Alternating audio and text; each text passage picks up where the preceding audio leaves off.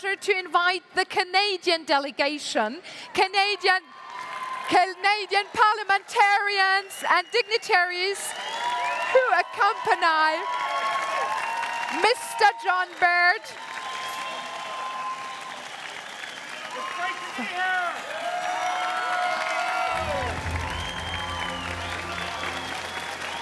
Madame Rajavi, friends, it's a great honor and a great privilege to once again join and to stand in solidarity with all of you and with the people of Iran. We come together to support the people of Iran in their great struggle. For years, far too many Western governments have tried to find a moderate faction within the regime in Tehran. This conciliatory approach has failed, and it has been nothing short of appeasement. We must not ignore the people of Iran, and we must not ignore their desire for change. Over the past 6 months, the people of Iran have shown great courage in protesting on the streets in more than 140 cities.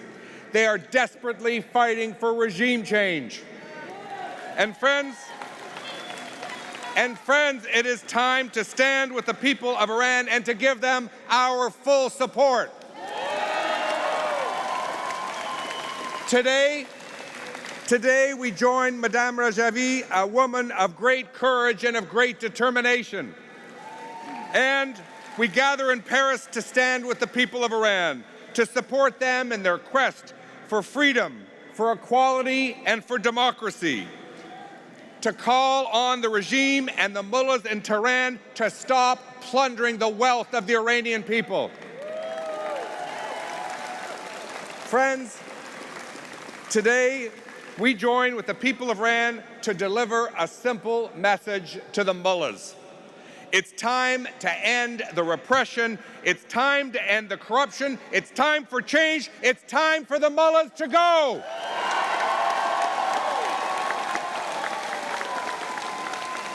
Friends,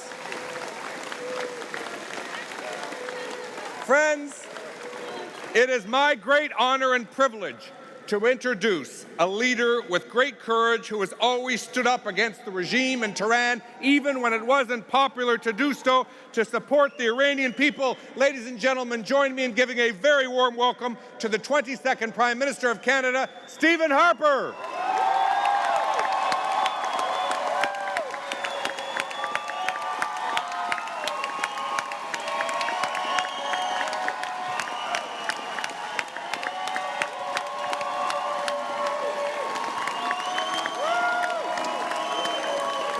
Merci beaucoup.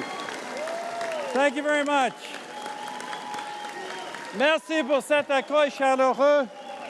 Madame Rajavi, mesdames et messieurs, chers amis, je suis ravi d'être ici avec toute la délégation canadienne pour appuyer la fin du régime à l'arrivée d'un Iran libéré et démocratique.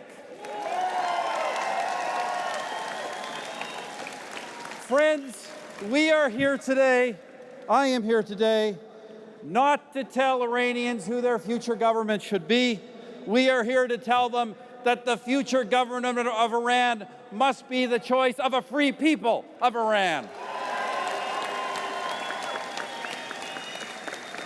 So thank you for your long battle for a free and democratic Iran. For 10 years, the government I led chose a course in foreign policy guided by freedom, democracy, and justice, human rights, human equality, and human dignity, the same values that will someday soon be embraced in Tehran.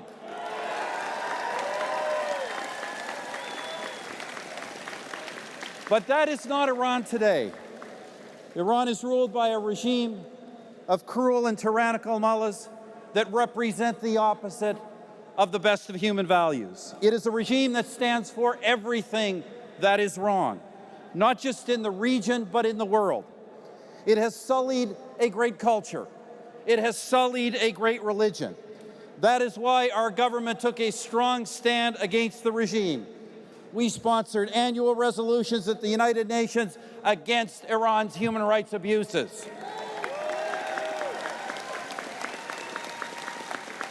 We use sanctions to cut off the flow of funds to the Revolutionary Guards and other regime entities. We formally listed the regime as an international state sponsor of terrorism. We passed legislation to allow victims to sue the regime for its atrocities. And friends, we closed the Canadian embassy in Tehran and told the mullahs to get out of Canada.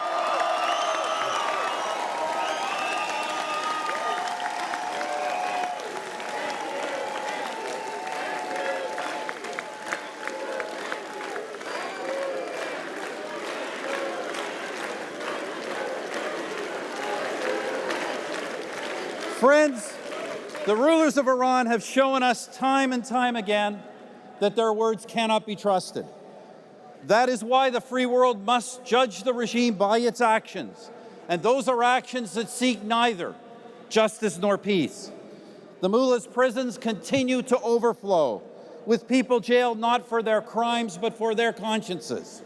And the executioners work relentlessly. Women and girls are still treated as property, not people. Religious minorities are still repressed. And as much as the mullahs repress them, the protests for change rise in the streets, and they will keep rising until the regime is gone.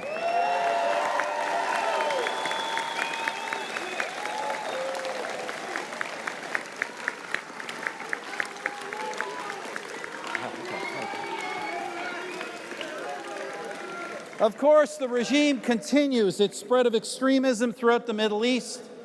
It continues to aid terrorists throughout the region. It continues to promote suffering in neighboring countries. It continues to build missiles. It builds missiles, friends, to be able to deliver the nuclear weapons it claims it is not developing. The 2015 nuclear deal has not moderated the regime. It has made it more belligerent than ever. And friends, that is why I was proud to sign a letter that appeared in the New York Times with my good friend John Baird, with former Prime Minister John Howard, with Nobel Peace Prize recipient David Trimble, and many others, supporting the American decision to pull out of the Iran nuclear deal.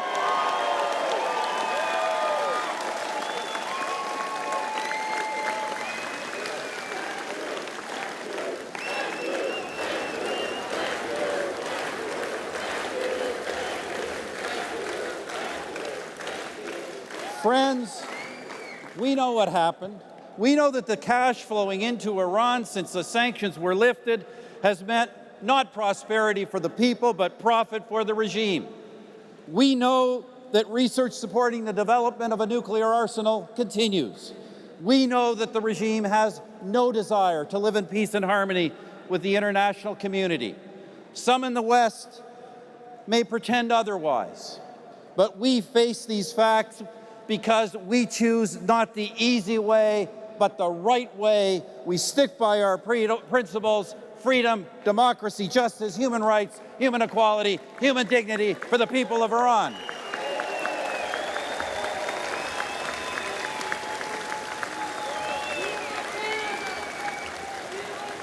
And I know that everyone here understands this. Otherwise, you would have long ago given up your dreams for a new and better Iran. Friends, do not give up hope. You have many friends, as today's gathering shows, from all around the world who want a new Iran. An Iran governed not by the hatreds of the past, but by the people's aspirations for their future. Un nouveau Iran parmi les nations du monde libre et démocratique. A new Iran that stands proudly alongside the free nations of the world. A new Iran that I know and that you know will come to pass and will come someday soon. Keep up the fight. Vive l'Iran libre. Merci beaucoup.